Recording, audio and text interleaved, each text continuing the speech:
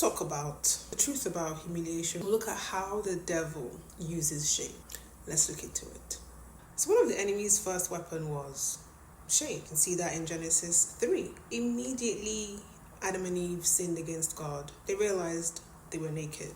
So the first emotional consequence of sin wasn't physical death.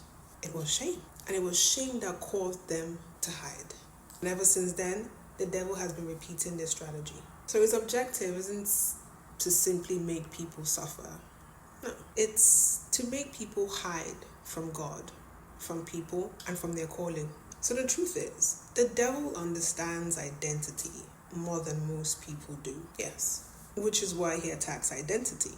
So he knows if he can convince someone that they're a failure, that they're disgusting, that they're ruined, they're traumatized, they're of no good, no one would ever respect you again, the humiliation has accomplished its purpose. And the key thing to note is, so instead of saying, oh, I was embarrassed by that situation, I experienced something embarrassing, or I experienced something traumatizing, they begin to label themselves as the issue. And that then becomes their identity.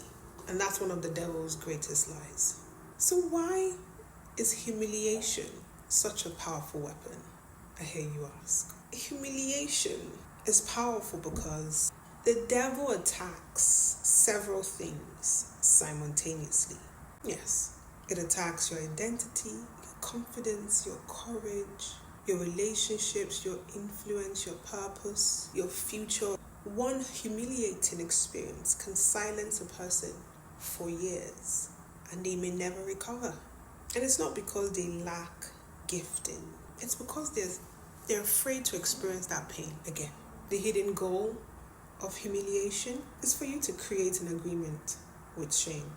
So think about what humiliation makes people naturally do. To hide, to become quiet, to disappear, to avoid people or opportunities, to never risk, trust, love, or speak again, to never obey God. The devil isn't interested in just the one day or the one humiliating experience. No, he's interested in the decades of silence afterwards, which leads to spiritual death long before the physical death. The perfect example of humiliation is what Jesus Christ experienced. So a lot of people think that, oh, Jesus carried only sin. No, he also carried public shame for us. This is often overlooked. He wasn't executed privately. They spat on him.